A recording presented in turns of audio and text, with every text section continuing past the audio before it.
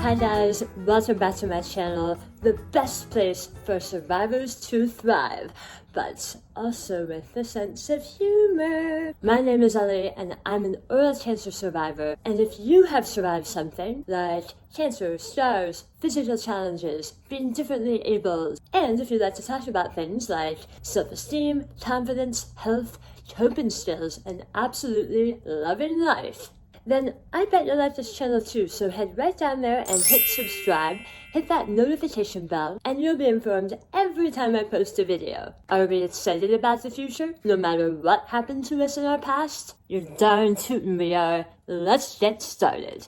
Today we're talking about feeding tubes, also known as PEG tubes. Now, maybe you found this video because your doctor told you you might need a feeding tube. Or maybe you're trying to get off of your feeding tube and you want to know how you can do it faster. Maybe you're looking for alternatives to that boxed nutrition that they tell you to pour down that thing when you get a feeding tube. And if that's the case, this video is for you, so keep watching. I want to begin by saying again, as I've said in other videos, that I am not a doctor. My knowledge and opinions are based on my experience with my doctors and the research I've done along the way. So please take everything I say with a grain of salt because your experience might be vastly different. Hearing about my experience can enrich your journey, especially if it inspires or educates or ignites a passion for health. But my knowledge and experience can never replace the years of schooling and experience of your doctor. Now that we've gone through that, let's talk about PEG tubes and the different kinds you can get. Now, there are a lot more kinds of PEGs and tubes than what I'm going to be describing in this video. I mean, if you hop onto Google, you'll see that there's lots of different types of PEGs, and they can be applied in different ways, and they have different extensions and applications, and depending on the age of the patient and whether or not the tube is meant to be placed a long time, you might have the kind that I'm talking about, or you might have something else. But if you're having a hemi-glossectomy, like I did, that was where half of my tongue was removed, or really any kind of surgery that would inhibit your ability to swallow, you might have either a nasal tube or a gastric tube.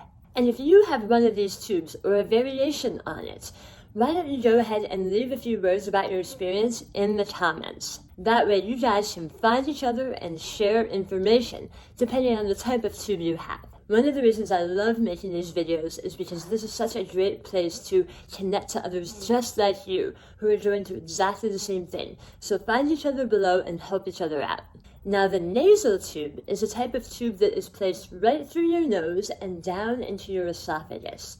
These tubes are usually temporary, and they can be placed without any surgery. The gastric tube, or the G tube, that's the type of tube that I had. And this kind of feeding tube is surgically placed right through the abdominal wall, right here. I had my feeding tube placed at the same time as my hemi-glossectomy, so I have no memory of actually having this tube inserted. And my surgeons placed it through a stoma, or basically a hole that connects the tube right into my stomach. Now, one of the questions that some of you might be asking is, should I get a feeding tube? And if you're asking yourself that question, the answer is probably yes.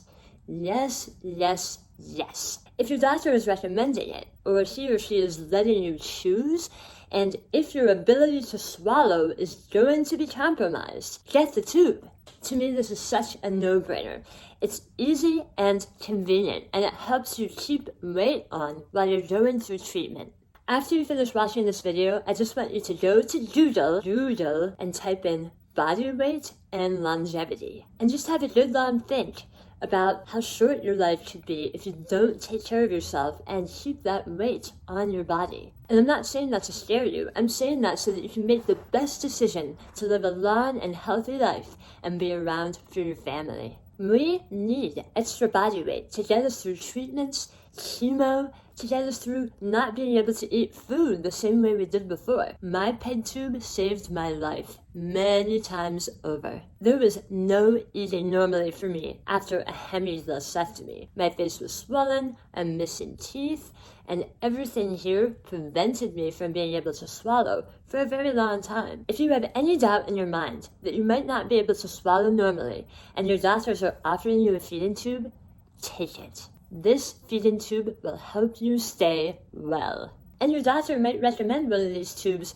for lots of different reasons. I had the gastric tube and I was very, very happy with it. I'm going to insert a picture of me holding the tube right here. That was me on my feeding tube. That larger funnel was a separate piece, so you could actually take that on and off, depending on when it was mealtime. And it was really only the length of the tube that I had to hide and tuck into my pants. Here are the pros and cons of the gastric feeding tube that I had. Pros: I could tuck it into my pants and nobody saw it or had to even know about it. Since it went right into my tummy, I didn't have to worry about the discomfort of having it showing in my face and down my throat. Cleaning it and capping it was easy. I would just flush it with water before and after I ate, and I could rinse it right off in the sink, take the funnel on and off, cap it when I was done, and tuck it away. They're generally long enough to hang up in the shower carefully. Please be careful, guys. Don't pull your tube off by accident in the shower or anywhere else. That would be sad times. But generally speaking, I absolutely loved it. When I say I loved it, I don't mean, woohoo, I have a feeding tube. I just mean, thank God that I could get the nutrition I needed to stay alive. I was very grateful for it. Here are the cons of my gastric tube. I had a hole in my stomach, so I was extremely concerned about infection. So keeping that area clean and covered was really important and something you have to pay attention to. Also, the area around the hole would leak sometimes. So if I had on a favorite shirt and I didn't pad that area with a bit of tissue, sometimes this sugary, sticky substance would leak out and get onto my clothes. Wearing a dress was kind of a gamble because the only place then I had to tuck it was my underpants. And let's just talk for a minute about making love. That's a tough one. Here's what I did. I would take fabric bandages and I would wrap them around my torso, covering up the tube and tucking it away until I was done. Sexy! Sexy time! Sexy time! Oh, sexy feeding tube! Then, when it's time to take it out, you're not asleep for that. I don't want to put you off because this con is more mental than anything else. I remember all the doctors and the nurses really built this up as, are you sure you want to get your tube out? We have to pull it out. That's what happens. You go to the doctor, they grab it, and they pull it. Are you ready? It might hurt. You might be surprised. Guys, honestly, this con isn't even a con. To me, this felt like nothing. It was the mental buildup of wondering if it would hurt that was way worse than any actual pain I felt that day. In fact, it was sort of funny. They kept telling me that it might hurt, and then when they did it, all I heard was this faint pop. And I was like, is that it? Are we done? Okay, great. Bye. But overall, I would recommend a gastric peg to anyone who is considering it. Let's talk about the nasal tube pros and cons. For me, both these lists are shorter because I didn't have this type of tube. I'm basing this on things that other people have said in the forums and in discussions with me about their nasal tube. And a lot of them are things you might have sort of thought about already just by nature of what these tubes do. So the pro of this tube, the most obvious and the most important, is that you don't have to insert it surgically, and less surgeries generally mean less chance of infection. So this is a very good thing, especially if this tube is just temporary. Why have a surgery if you don't need to? The big con for a nasal tube? Boy, it sure does look uncomfortable. They have to put it in your nose and down your esophagus. Everyone can see it, it's visible. It's uncomfortable, it's in your neck and throat. Honestly, I wouldn't want a tube like this, but if it was temporary, I can see the appeal. So discuss this with your doctor and decide which tube is the best for you. If you can get them to give you a gastric tube, especially if you know you have to have it for a while, try to get the gastric. So let's talk a little bit about what goes into your PED tube. First things first, whatever your doctor is prescribing is a very good place to start. So whatever BOSS nutrition they give you, if they give that to you in the hospital, don't be afraid of that stuff. It's going to keep you alive, and it's not going to hurt you by any means on a short-term basis. But for me, I knew that stuff had a lot of corn syrup, so I wanted to transition away from it as quickly as possible when I was on my way enough to be able to add alternatives that I made at home. One interesting thing about the BOSS nutrition is that I found that it really did affect my mindset. Putting a box of something, it just didn't feel like food. That just didn't work for me. Over a long period of time, I thought that could possibly hurt me. So as soon as I was able, I began experimenting with whole food blends that I made myself at home or ordered on the internet, specifically for people that have PEG tubes. I see a lot of people putting Ensure in their tubes. And look, it will keep you alive, that's for sure. And you do need some sugar and fat, and you need calories to keep your weight on. There's no doubt about it. I mean, you can't just pour kale juice into your tube. That's not going to keep you alive. You have to have fat, calories, and some sugar. But I think you don't have to have corn syrup. So when you're trying to transition away from that BOSS nutrition, keep that in mind. Well, how do we transition away from BOSS nutrition? Excellent question. I'm going to help you do it right now. When I wanted to get away from Ensure and those boxes of liquid, what I did was I bought a blender, and not just any blender. I bought a really strong blender that would help liquefy almost anything I put in there. I use a Ninja, but the NutriBullet is also really, really good. And this is not an ad. They don't know who I am. They don't know I'm making this video. I just really like those blenders. Some people want to juice, and juicing is good as an addition, but you can't rely on juicing for your nutrition because you're not going to get those fat, calories, and sugar that you need to keep on weight. Make things at home. Blend vegetables, fruits, nut butter, nut powder, things like that, ginger, lemons, leafy greens. There are some things you'll put in the blender that will leave behind particles that are too big to go through your feeding tube. And if that's the case, strain them. And if you're eating, you can eat the leftover stuff mixed into your eggs. I also used a product called Huel. And also, this is not an ad, they don't know me. I did find that with Huel, there were some bits that made going through the feeding tube a bit too difficult.